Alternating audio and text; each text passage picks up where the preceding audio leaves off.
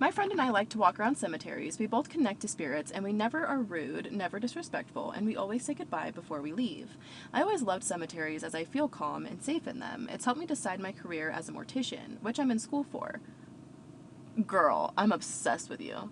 This specific cemetery has like no trees, maybe one or two, but not big ones, and it's just super clear, and you can see the whole place from the middle. One time we were sitting on the pathways next to the grave of a little girl. Sad, I know.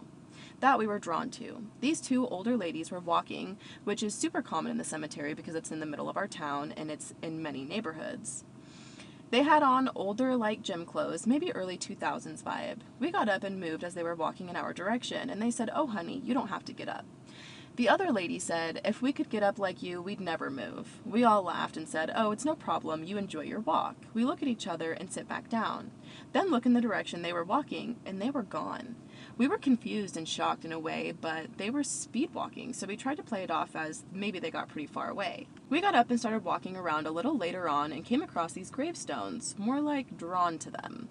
I kid you not, the gravestone had a picture on it, and it was exactly the same lady of one of the ladies we just saw walking around.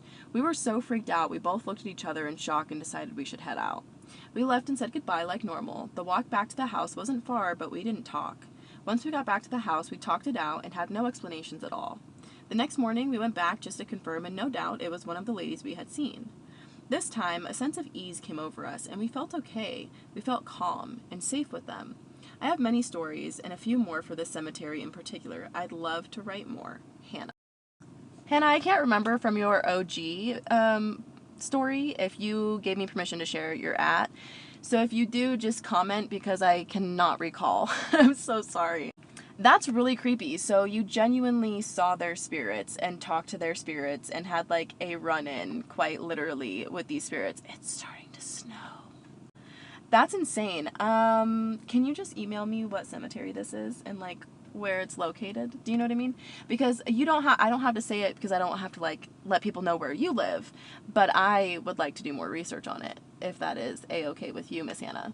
Thank you for sending in this story. I know that this was supposed to be the first one and then the second one, but if there are more stories as such indicated at the end of this story, please send it in to me because I would be very, very intrigued to read them, and I'm sure everybody else would be very, very intrigued to hear them. For those of you unaware, I did do my hair. This was supposed to be the final result. I had to do like a color changing and take all the color out of it that it was before to get it to where I want it to be. I didn't want to fry my hair off.